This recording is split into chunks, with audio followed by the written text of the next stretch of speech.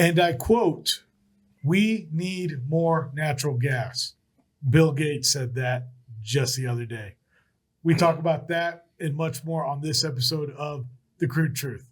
In 1901, at Spindletop Hill near Beaumont, the future of Texas changed dramatically as, like a fountain of fortune, thousands of barrels of oil burst from the earth towards the sky. Soon, Detroit would be cranking out Model Ts by the millions, and America was on the move, thanks to the black gold being produced in Texas. Now, more than a century later, the vehicles are different, but nothing else has truly changed. Sure, there may be many other alternative energy sources like wind and solar and electric. But let's be honest, America depends on oil and entrepreneurs, and if the USA is truly going to be independent, it has to know the crude truth. This episode is brought to you by LFS Chemistry. We are committed to being good stewards of the environment. We are providing the tools so you can be too. NAPE Expo, where deals happen. Air Compressor Solutions. When everything is on the line, Air Compressor Solutions is the dependable choice to keep commercial business powered up. Sandstone Group. Exec Crew. Elevate your network, elevate your knowledge. Texas Star Alliance. Pecos Country Operating. Fueling our future. Well, hello, and thank you as always for tuning in to another episode of The Crude Truth. As we all know, President Trump has now taken office in the White House, and he has literally hit the ground running, and it is something that no one has ever seen before. And as we all know on our show, we always like to talk about the energy industry and everything that's going on. And with everything that is going on in the energy industry right now, I can't keep up with it. And it doesn't take one energy expert to talk about it today. It took three. And I have on three amazing guests today that all basically need all their own introductions because they're just true energy experts, not only in the great state of Texas, but in America. And they are three people that people are always looking to get the answers to the questions that they ask about the energy space. So I'm just so humbled and excited. Today I've got on Forbes contributing author, Reuters, somebody that everybody knows, once somebody that definitely was in the ear of the great state of Texas, great David Blackmon. David, how are you? I'm just happy to be here, man. Appreciate the invitation. Well, thank you so much for coming on. And sitting next to you is somebody that's also somebody that's been a part of Texas, as far as the Barnett Shale goes, the shale boom that we've seen. Another great person that I know, and also got to throw it out, a professor at the great TCU, Dr. Ed Ireland. How are you, sir? I'm great. Glad to be here. Well, okay. Well, thank you for just coming. glad to be among some real experts. And last and surely not least, but done on purpose, my good friend, the president and CEO of the Sandstone Group. Everybody probably that watches The Crude Truth listens to him and Michael Tanner every morning on the Energy News Beat Daily Show. My friend again, Stuart Turley. Stu, how are you? Doing fantastic, RT. Thank you so much. I'm not worthy to be with you in this great group of guys here. I'm just the guy here. I'm here all week. Well, I cannot thank you all for coming. I know, I definitely took a little bit to get all y'all together on one schedule, but I can't thank y'all enough. Everything that is going on right now in the energy space is literally rolling heads in every way possible, from heads rolling on people losing their jobs to heads rolling on what policies are now in act, which regulations are and what the heck is going on. And I think everybody only wants to know, are energy prices going to be lower? I mean, that's probably everybody's question right there at the beginning of this is, before we dive in, are energy prices going to be lower? And, Dr. Ireland, where do you see this going to kick us off? I think energy prices could be lower, but and I'll talk like an economist here, well, it's supply and demand. Right. You've got the supply, and we can drill more, the drill, baby, drill. And I think that will happen. But the demand side is not being talked about. There's a huge demand out there, LNG for starters, but then all of the natural gas fired electricity generation that's going to be required for these AI and data centers is a huge, huge demand for natural gas. So I would say in the end, you could say it's hard to say. Will the price of natural gas go up or down? I think it could go either way. Yeah. David, what do you think? No, I agree with that. I think it's possible they could go down somewhat because the market is pretty oversupplied right now for crude oil, and crude oil drives gasoline prices, of course. But I don't expect that oversupplied market to last. I think demand is going to start rising again fairly quickly as the United States economy kicks back in and starts generating economic growth, not just domestically, but overseas as well.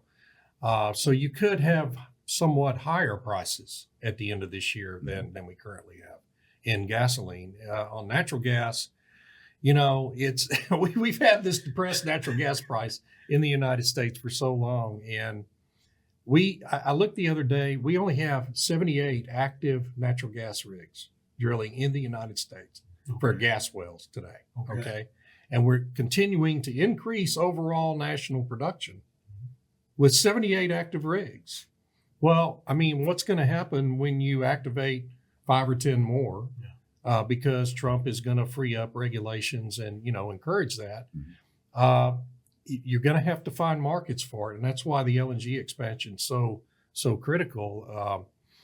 Gas prices in America could hardly be lower than they are today. No. I don't know how they get much lower. So I know Trump wants to save everybody money on energy prices, but it's going to be difficult. You mentioned how the price of gasoline, because that's the question I've been getting a lot lately, and it's like, where's the price of gasoline going? It's like, guys, we're about where we are. And I think a lot of it also has to do with inflation and where we're at. I was talking to a service company that we do work with that, provides us service when we're drilling our wells and producing. And I've said this before, is when we hit that $100 oil briefly, 2 years ago, right, 2.5 years ago, all the service company prices went up. Yep. We dropped back down to $70 oil. Their prices stayed the same. And they're going to go back up. They're hoping that that the price of oil goes up. And so it's like, guys, I just don't see it as well that we're going to see that. But, with liquid natural gas, and that's real interesting that we only have 78 wells or drilling rigs that are producing straight natural gas right now. Wells, yeah. When you figure we've got hundreds of wells and we're flaring here in Texas like there's no tomorrow right now. Sue, what are your thoughts? Well, there's about 16 billion thoughts through my crickety little head here. Let's start with the new Kinder Morgan pipe, $7.5 billion pipeline they're putting in for extra takeaway in Texas. The Emergency Powers Act that President Trump just signed in is going to be pipelines everywhere. And you're going to have more natural gas coming online. As you alluded to in your great statement in the beginning, when you get Bill Gates saying, hey, we're going to need natural gas, it is finally all hands on deck. Realize, wait a minute, we're not going to get to AI data centers anytime soon without natural gas. Let's take Abilene, for example. You have Stargate with the Trump project in Abilene, Texas. Okay. They have a microgrid going in, and there is one natural gas that's going to be a plant in there that is going to be, I believe, it's enough for 90,000 homes. One natural gas power plant dedicated to that data center. Brand new, coming online. And I did an analyzation of what Texas has in the works for new natural gas power plants, what they have budgeted, what's coming around the corner. And when you have ERCOT saying that they're going to have demand double in the next 5 years, wait a minute, the Texas legislature actually did a good thing and has a plan, and they're actually implementing power, and it's all natural gas, and it looks like it's going to be happening. Guess where the other states are? Nowhere near this. Right. Wow. I did an analyzation of the rest of the United States grid, and it is not looking like ERCOT. Wow. So this is huge, and we need to talk about how well ERCOT did. David brought it up in our pre-meeting here. How good did ERCOT do in this last storm? Yeah. And so when we have natural gas, you're going to have Lee Zeldin with the EPA get rid of regulations, but it's not going to be drill, baby, drill. It's going to be drill, baby, when fiscally responsible, because the ESG movement did one good thing for oil and gas companies, both private and privately held and publicly held. Yeah. And that is they're giving money back to their shareholders. Yeah. And having oil and gas investment, I love having a 32% return on my investment in my oil and gas investment, but that's just me. Right. And I'll tell you what, I love my investment in RT. I just thought I'd share that with you. But when you take a look at what ESG investing is, the EMP operators are going to give back to their thing. Now, can Doug Burgum, who is going to be the Secretary of the Interior, you have Chris Wright, who is one of the coolest men in the planet. I mean, I absolutely love Chris Wright. If I am his cheerleader over here going, yay, Chris Wright. And I guarantee you that man, you have Lee Zeldin, Doug Burgum, and Chris Wright. You have a team that can reduce prices if at all possible. And I think I like the way you phrase that, sir. Yes, if possible. I like the way that you think. Well, David and Dr. Ireland, you two have been boots on the ground in the state of Texas for 1 or 2 years, and it's really more than that. Dr. Ireland, for people that know, you were boots on the ground when the Barnett Shale boomed, and David, you were there in Austin fighting for the shale at one time as well. And where do you guys see in natural gas? And I'm going to start with this, and we can lead into it. Does Texas truly have 100 years worth of natural gas ready to that can go? I'll let y'all. We'll start there with natural gas and what all we can do with it. Sure, Texas is loaded with shales. Yeah, and of course there's oil and natural gas shales, some both like the Eagle Ford, but there's a lot of shale, and that's one side of it. The other side is even on the oil shale, Permian Basin. Mm-hmm. Those wells, they drill for oil, but they produce oil and natural gas, associated natural gas.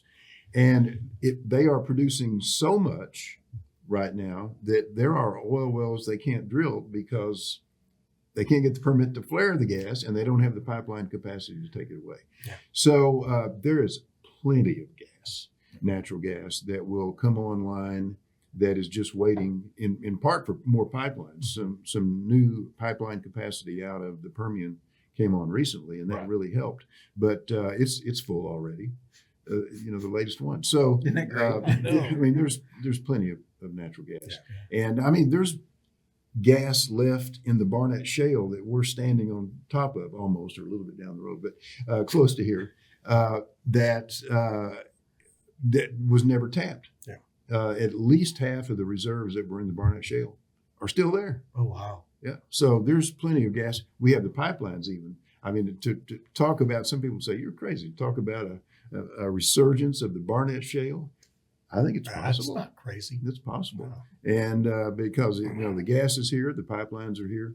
But, and I don't want to get off too much on the Barnett Shale, but the wells don't produce as much as some of the other areas. That's why the Barnett Shale kind of petered out, was that the wells just weren't producing enough, and it was hard to justify the drilling costs. Right. But that could change. But there's a lot of natural gas, and that's not going to be any problem at all. Yeah, 100 years of natural gas is an unfortunate talking point that we came up with in the America's Natural Gas Alliance about 13 years ago. Mm-hmm. That alliance did a lot of good stuff, but that talking point was archaic when we made it up. The reality is there's so much gas in the Eagle Ford Shale that could be produced with current technology. It could supply the whole country for 100 years just in the Eagle Ford Shale. Wow. Okay. And the Permian Basin's got 10 times that much. Right. I mean, we've got in the United States, because technology is going to keep advancing. It always does in this industry. We're 10 generations of Americans are going to have this incredible abundance of natural gas. Okay. Nobody needs to worry about a lack of supply here in the United States. And it just, unfortunately, that 100 years of gas talking point just won't go away. And it's anyway. And I firmly believe that what we are going to see is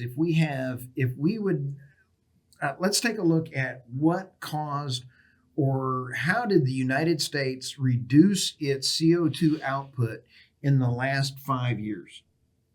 It's replacing coal plants with natural gas plants. Sure. We've reduced ours by 24%. Right. China has increased theirs by 220%. Right. They currently have more coal plants than anybody else in the United States in the entire world. And the Great Wall of China, even though that was great technology back then, does not keep coal plant fumes in China. So even though that was built to keep the Huns in or out, I'm not sure, depends on which way you're looking at the Great Wall of China, it does not keep all that coal pollution in there. So that the United States really does keep our coal plants operating that are currently operating. Yay, we're going to need them for baseline. And then if we do nothing but natural gas, yay. But I firmly believe, and Dr. Ireland, you may know more about this, and I think that there's going to be the next generation of energy technology in battery storage that is yet to be fully implemented. And I think that at that point, yes, solar panels will make a difference. And things like that is going to make a difference. But right now, in California, all of the Tesla battery walls are now toxic.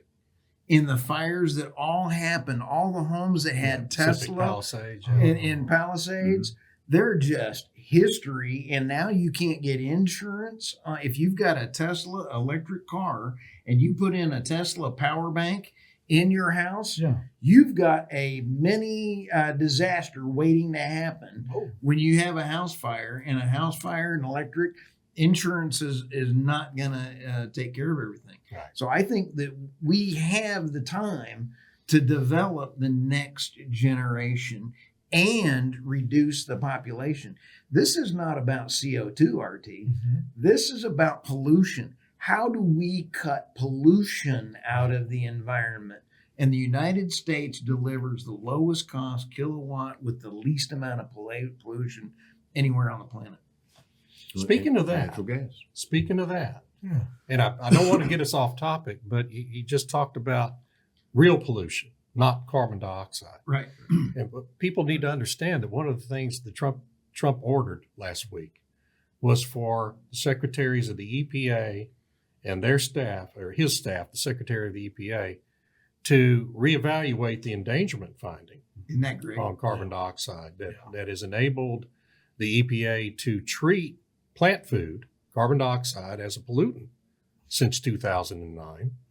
And the George W. Bush administration didn't fight it. And in light of the fact that the Chevron deference was repealed last year, Yes. we could be done with that here over the next couple of years. The endangerment finding could go away. And if that goes away, then 15 years worth of carbon dioxide regulation is going to go away with it. And you know what happened to energy prices in this conversation? They all went down. All went down big time. Yeah. We just solved the energy Big time. crisis. And by the way, everybody watching this, your electricity bill just got cut in half too. Yeah. Because that's what's driving it, Yes. is all these insane obsession about carbon dioxide. Anyway, And David, real quick, you bring up the point that we talk about new natural gas power plants. Do you know what they have to include in every natural gas power plant coming online? That they have to be hydrogen ready. Huh. I am not kidding. The only way that you can get a natural gas power plant is to make it hydrogen ready. What are the odds, guys? All those in favor of having hydrogen or a power company named Hindenburg? No, It's just the insane. molecules No, are it's not so gonna. different. It is what a waste of money. Well, you guys, as we talk about natural gas and where we're headed, the real question is, with all this natural gas and this oil, one of the other things Trump mentioned was filling up the Strategic Petroleum Reserve. which, as we all know, has been nothing but a political pawn, unfortunately, since its creation. Yeah. Great idea, right? I get it. An emergency, we got oil there. Is there a way that you think the majors can work with the Trump administration to actually refill that petroleum reserve? I'll give you my opinion. No. I mean, slowly, I think, is the real answer. Right. Okay. But You can do it, but it's going to take a while. Right. there's also a technological issue. The salt caverns are eroding. You cannot leave them that way, and they may not be able to be reused. Yeah.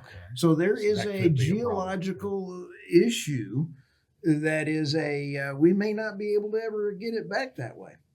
And an important point on that is that those caverns were designed for about 5 or 6 round trips. filled, Exactly. And that's it. And so they were conceived as long-term storage. And then Congress got the idea that they could use it as a borrowing tool. Right. They could borrow that revenue Yep. and maybe pay it back someday, which they never got around to doing. But that's when they started cycling. Well, every time they pump salt water in to push the oil out, the salt goes with it. Yep. And so those walls get thinner. So a It lot is of a those technical issue. caverns are in real trouble. Yep. I mean, they can get another round trip or 2 out of them, and that's it. Yeah. Well, Sue mentioned it earlier, is that how the Trumper also has done that declaration of energy emergency. Right. And, David, when you heard that, what did you first think, and where do you see that really going? Well, I mean, it gives him pretty extraordinary powers if he wants to exercise them, right? Right. Because he did declare a real emergency, a national emergency. It wasn't just verbiage in an executive order. It's a real national emergency. And so it gives him increased authorities to do a lot of things, including, for example, repurposing a lot of this subsidy money in the provisions of the Inflation Reduction Act. Because we all, and I fell into this trap too before the election of saying, well, they can do a lot of things, but they're not going to be able to do away with those subsidies or repurpose that money. Well, in a national emergency, he has enhanced authorities to repurpose unspent funds. And so there's like $300 billion of unspent subsidy money sitting out there that the Biden administration just couldn't shove out the door fast enough. Oh. And so he's going to have some real enhanced powers to repurpose some of those funds. But it's just a political equation of if he wants to spend the political capital to do it. Okay. I like how you mentioned Biden and his administration. They truly did things on the last You like the several Biden weeks. administration? No, I did not. Okay, I'm just checking. On the record. But he was president, whether or not, but he was definitely president of the United States. And one of the things he did before he left office was add those sanctions on the Russian companies that have tankers that move oil. Do you see the Trumper being able to kind of on the world view get things back in a way to where Russia is actually feeling the hurt on the sanctions that have been put in place over the last 4 years? I think that whoever is, I have spent maybe 30, 40 hours interviewing people from around the world working on this. Okay. And I firmly believe that General Kellogg has not been given the correct information on dealing with ending the Ukraine war. Cool. And so when you talk about whether or not President Trump believed that when he was coming in, he was going to be dealing from a position of strength. Mm-hmm. And with a position of strength, he's able to say to Putin, and he and Putin have a great relationship. And I have a lousy Putin imitation, and that's, hey, I must sound like, instead of Putin, I sound like fuzzy, whatever. But where I'm going with this is that, no, the sanctions actually don't matter to the Dark Fleet. Right. There are roughly 800 Dark Fleet tankers out there. Of the 800 Dark Fleet tankers, there is LNG, Arctic LNG 1 and 2. And yes, some of those sanctions are starting to hurt a little bit, but we've seen the Russian export to their GDP was 35%. And under the Biden administration, it is approaching 39%. India and China have been buying all of the oil that they possibly can get, and they've also been, guess who's buying the LNG? The EU is buying Russian LNG. So no matter what happens right now, the administration, the Iranians, the Venezuelans, and Russia, Irina Slav says this wonderfully: sanctions don't work as intended. Yeah. Now, if Putin does nothing, he wins. That means if Putin does not have to do anything, that means President Trump does not have any strength for negotiation. Okay. The only thing President Trump can do is totally pull off all sanctions and really help the EU economy come back. Because right now, Germany is totally failing. Right. So goes the Germany economy. So goes the EU. The EU has failed. The Green New Deal folks in Germany have won. They have totally decimated and deindustrialized Germany. Nord Stream 2 pipeline is still got one pipeline available. Right. If President Trump, I'm going to go on record here on the Crude Truth. This is the Crude Truth. If President Trump wanted to actually help Germany and control Russia, because this is about sea power and land power from George McMillan, who I've been interviewing a lot on, and that is if the U.S. bought the Nord Stream pipeline, there's one of them that you could cash flow immediately and bring low-cost natural gas right into Germany and start re-energizing their process. And then the U.S. could control how fast those other ones could come online. Oh, suddenly you're the good guy. But right now, if Trump tries to go in, he's the bad guy. And the Democrats are going to pin the loss of the Ukraine war and everything on him, and they're going to try to take the midterms and they're going to try to impeach him again. So right now, your question is about a 15 different plate circle going on right now that I've been working through, Yeah. and you're going to see a gigantic issue for President Trump because his people don't have the accurate information. How's that for an answer? I don't understand any of that. Sounds good to me. But does it make sense from a standpoint? Yeah. There are so many plates spinning. Yeah. And President Trump is about to walk into a buzzsaw, and the Democrats are going to take advantage of it, is the bottom line. You know, from an economic standpoint, Dr. Ireland, with what's going on, He's over here going, I know. You know, but with that being said, with everything Stu just said, but I want to keep it still on a global level, that we still have Iran that was producing a lot more, and OPEC has not been producing a lot more.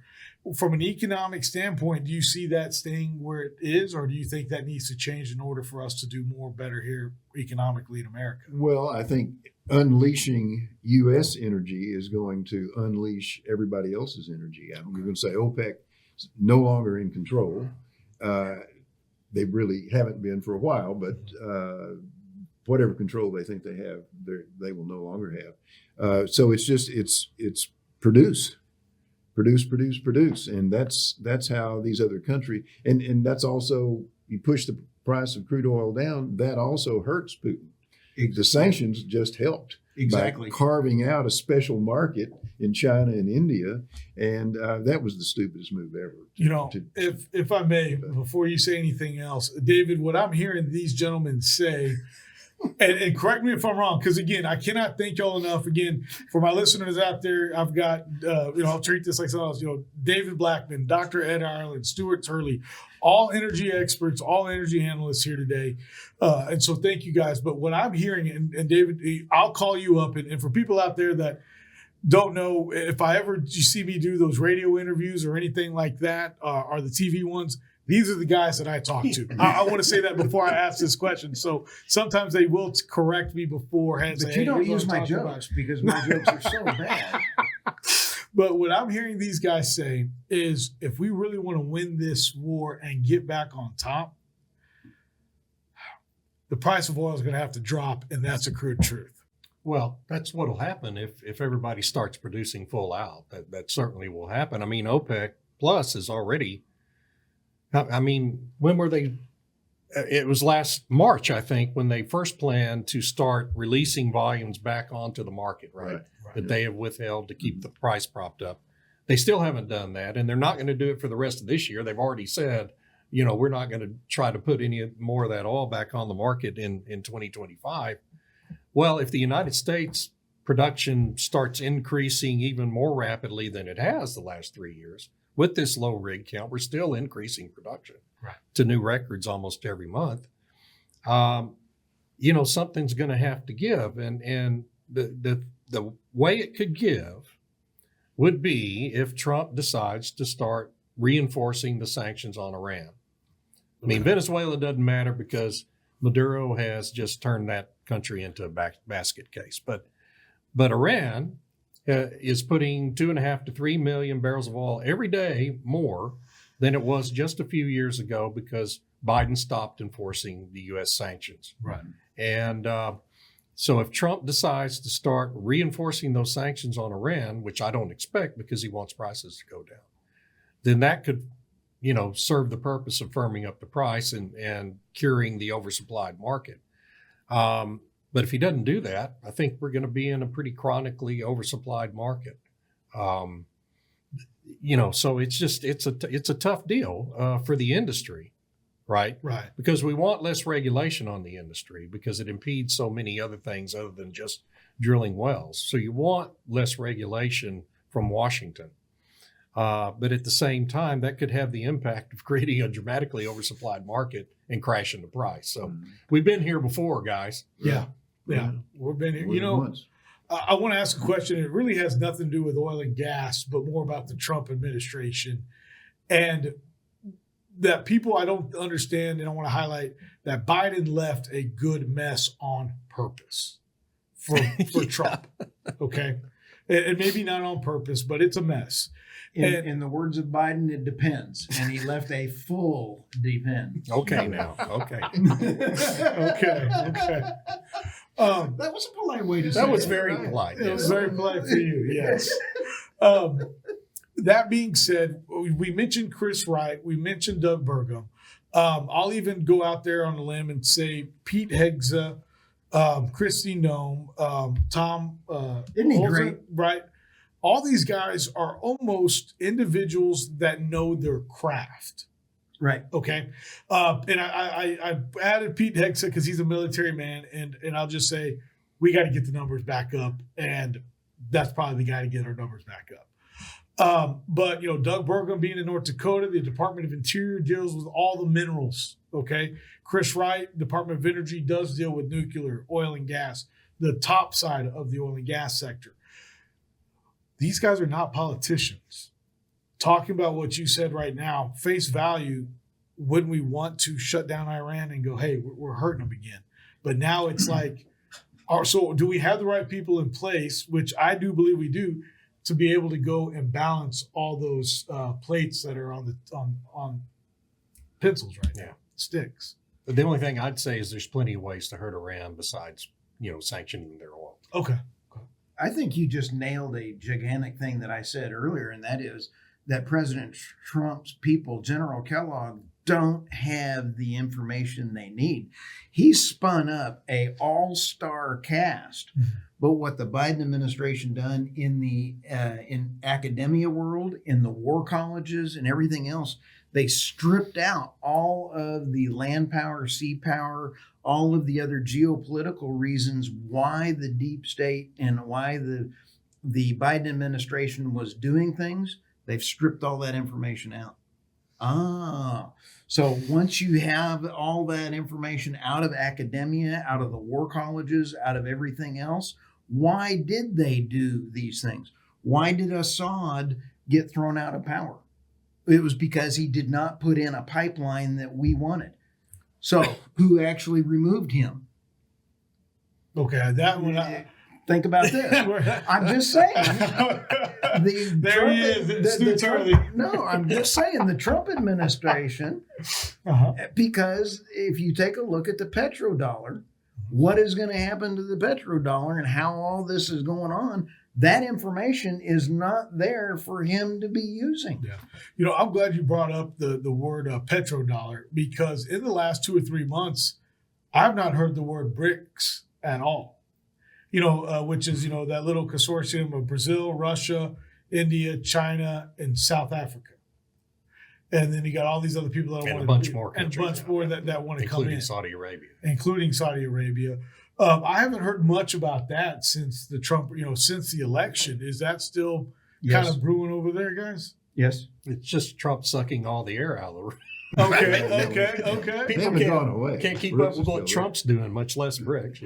It is still there, and where BRICS is actually going to do, where President Trump is not aware of these things, is that Russia is doing good things in Africa, and Russia is actually gaining ground where we should be gaining ground, and BRICS is going to help that through extra trade mechanisms. And so you have a strengthening of China and Russia. You have a strengthening of Russia and North Korea, South Korea. You have new pipelines coming in from Russia to Japan. All this is going to be through the BRICS organization and trade funding and counter SWIFT. So your answer is yes, it is still there, but the media is not around it, because I think David apropos said it correctly. With all these things, and again, kind of following what David just said about how Trump's taking all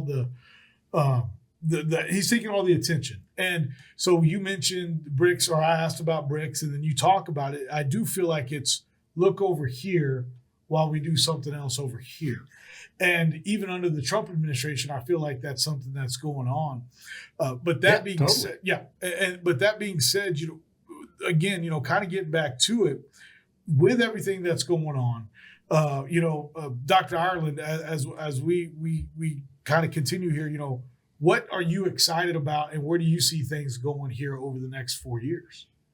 Well, natural gas. I mean, back to where we started, but Yes. that is the most exciting part for me, because I really was always in the natural gas industry. Yes. And starting with pipelines and then into exploration and production. But that's just where the action is. We have so much gas, and all of this electricity generation capacity that's coming on that AI is demanding is going to come from natural gas. It just is. And that's what we have readily at hand. The infrastructure is there to do it. We don't have to. I mean, nuclear plants will come along eventually. It's always been the pathway is natural gas to nuclear, end to end. Robert Bryce said that in 2010 in his book then. He was right on. He still is. Right. And this is just highlighting that once again, that it's natural gas that's going to drive this AI boom and improve all the grids. Eventually, nuclear will, but it's still that's a long-term solution. But natural gas, that's where the action is. Let me add this. Nixon created the Nuclear Regulatory Agency, and what killed the nuclear industry was regulatory issues. Mm-hmm. And so by Nixon doing that, it just put a nail in the whole nuclear process. Well, that's why it was designed. It was designed to kill it. Right. You like conspiracy theory. That's why it was. It was. Its whole purpose in life was to not issue any permits, and they did it for 45 years. And until they if finally we can issued get to Georgia. that point, Dr. Ireland is right on the money. I mean, it is there. Yeah. The only thing I'd add to that is 3 Mile Island happening the week after the China Syndrome movie opened at the box office. Didn't help things for the nuclear industry. And Dr. Ireland, real quick, for people out there, you do have a great Substack that you do. How can people find you in your Substack there? edireland.substack.com. Okay.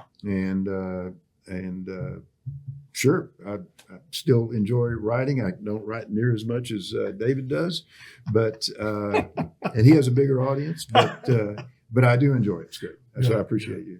Well, thank you so much. Stu, let me ask you this. I think it's a no-brainer that you're excited.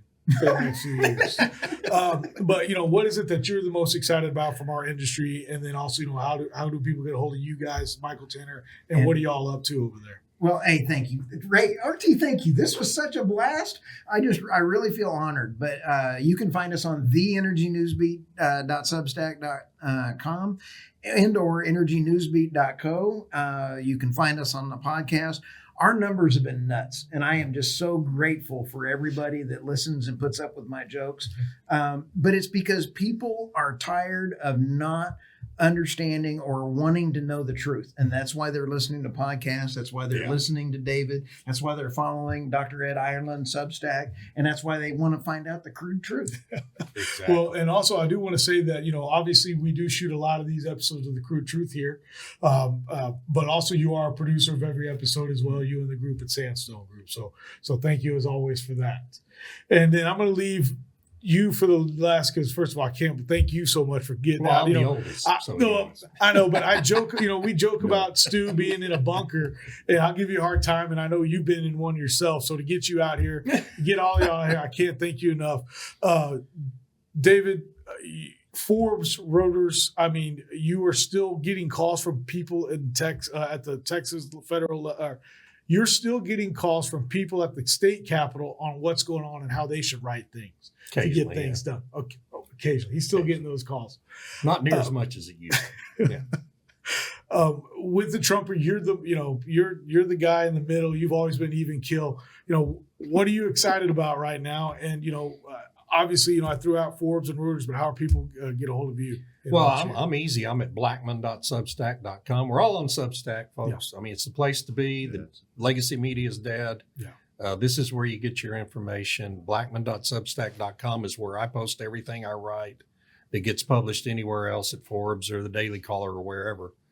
And so it's one-stop shopping, and it's the easiest platform. And the Energy Realities, absolutely. That's right. Please watch the Energy Realities podcast. It's the international perspective on that is really valuable. Very valuable, and that is something I'm sorry I should have definitely mentioned as well. You guys with Irina Slaw and Tammy Namath, y'all got a heck of a deal, and it just goes on, and it's awesome that y'all have that global perspective because – I do like to say, as Texas energy goes, America goes.